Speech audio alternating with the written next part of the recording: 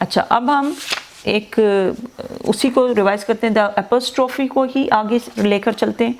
Tusks of elephants, हमने पढ़ा कि the things which belong to the person और पर्सन्स, तो we use comma and S and that is called apostrophe. Tusks of elephants, tusks of elephants, वो जो elephants के teeth नहीं होते उसको कहते हैं tusks of elephants. Elephants tusks are long and sometimes very sharp. अब ये दोनों प्लस हैं, ये भी एस है, ये भी एस है, तो इसलिए मैंने आपको क्या बताया था, एस के बाद कॉमा आएगा। E L E P H A N T S comma elephants और tusks T U S K S tusk, ये याद रखना है, ये भी एस है, ये भी एस है, इसलिए कॉमा बाद में आएगा। अंडरस्टूड? एलिफेंट्स टस्क्स कि कैसे होते हैं एलिफेंट के टस्क्स? लॉन्ग होते हैं और समटाइम्स वेरी शार्प, शार्प होते हैं ना, चुभ भी सकते हैं। एक दफ़ा एक बच्चे ने उसको रैपर दिया था, क्या उसको कहते हैं, चिप्स दिए थे, और उसका इतना शार्प वो टस्क था कि वो एकदम मुझे फील हुआ कि वो फट गया था।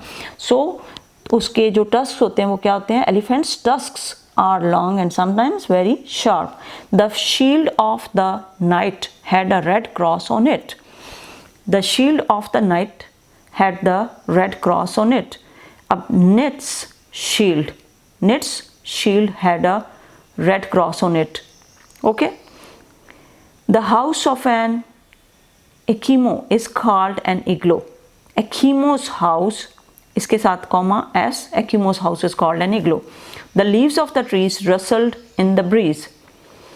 Trees, leaves, अब दोनों s है, सिर्फ कॉमा आके लीव्स लग जाएगा। Trees leaves rustled in the breeze. इसको मैं थोड़ा सा क्लियर कर दूं क्योंकि ये दोनों प्लस हैं कि रसल्ड का क्या मतलब होता है?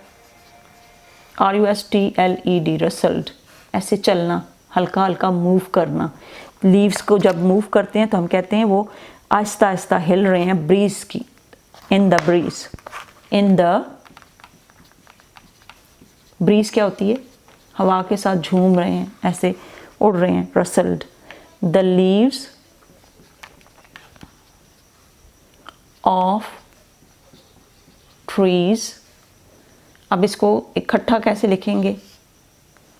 द ट्रीज लीव्स, कैसे लिखेंगे? ये देखें,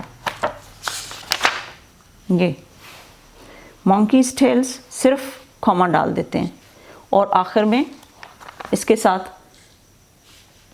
लीव्स लिख देते हैं, तो इसमें कोई चेंज नहीं आता, सिर्फ कॉमा लग जाता है। इसका मतलब ये होता है कि दरख्तों के पत्ते, the trees leaves. The leaves of tree लिखने की बजाय हम the trees leaves. Okay, when both are S then we use only comma, S के बाद ऊपर छोटा सा एक कॉमा लग जाएगा। Okay. Sometimes an apostrophe plus s may be used for the plural forms of letters, figures or symbols. Symbols के साथ या figures के साथ, figures क्या होते हैं? इसके 1 2 3 4 5 इस तरह की figures के साथ भी यूज़ होता है। The word all contains 2 l's. अब जैसे हम कहते हैं कि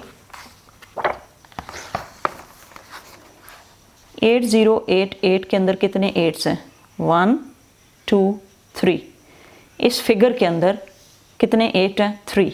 हम कहते हैं देयर आर 3 8s। यहाँ पे s लिख देंगे, इसका मतलब है 8, ज़्यादा सारे 8। 3 8s in the figure, there are 3 8s in 8088। इसके अंदर कितने 8s हैं? इतने हैं। अगर हम कहते हैं रिमेंबर टू डॉट श्योर, अब इसको आपने याद रखना है, 8s हैं, इतने हैं। अगर ये फिगर इस तरह की है 2 0 2 2, देयर आर 3 2s ऐसे लिख देंगे, देयर आर 3 2s। और अगर 1 0 1 1 1 1 1, कितने 1s हैं? 1 2 3 4 5 6, देयर आर 6 1s। ओके,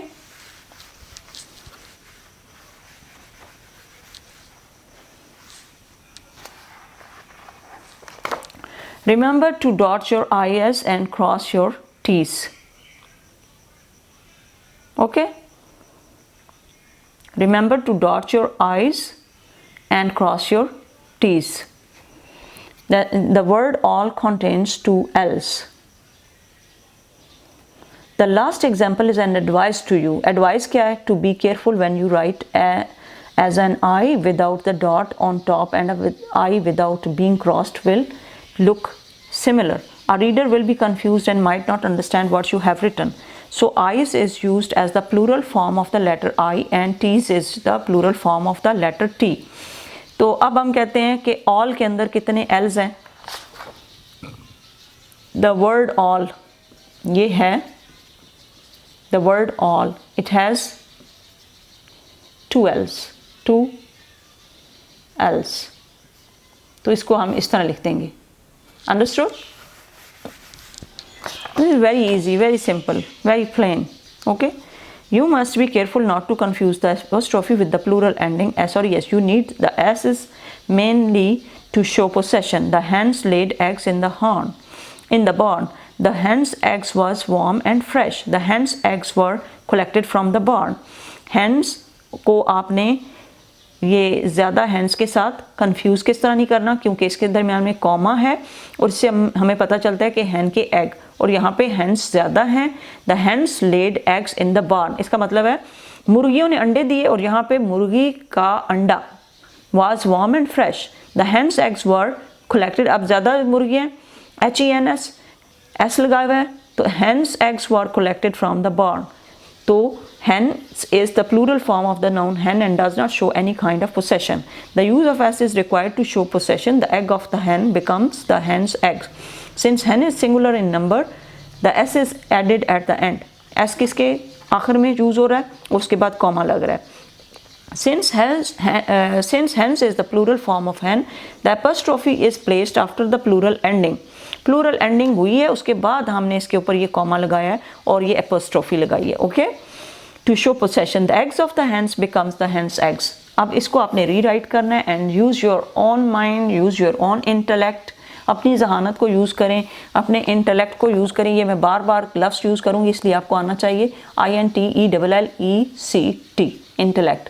अपनी जहानत को यूज़ करें. Use your intellect to do this exercise. Understood? Intellect, INTELLECT, जहानत या इंटेलिजेंस. अपनी इंटेलिजेंस को यूज़ करके इसको चेक करें, खुद लिखें. मैं सिर्फ रीड आउट करूँगी and I will give you some hints here कि क्या आप एपोस्ट्रोफी में. The crows had stolen bits of bread and cheese from the kitchen.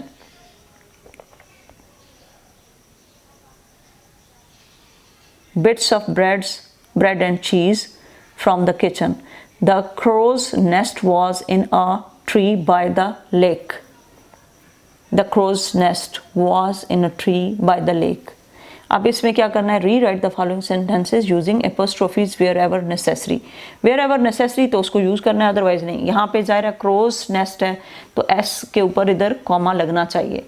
Okay, जैसे ये crow's nest है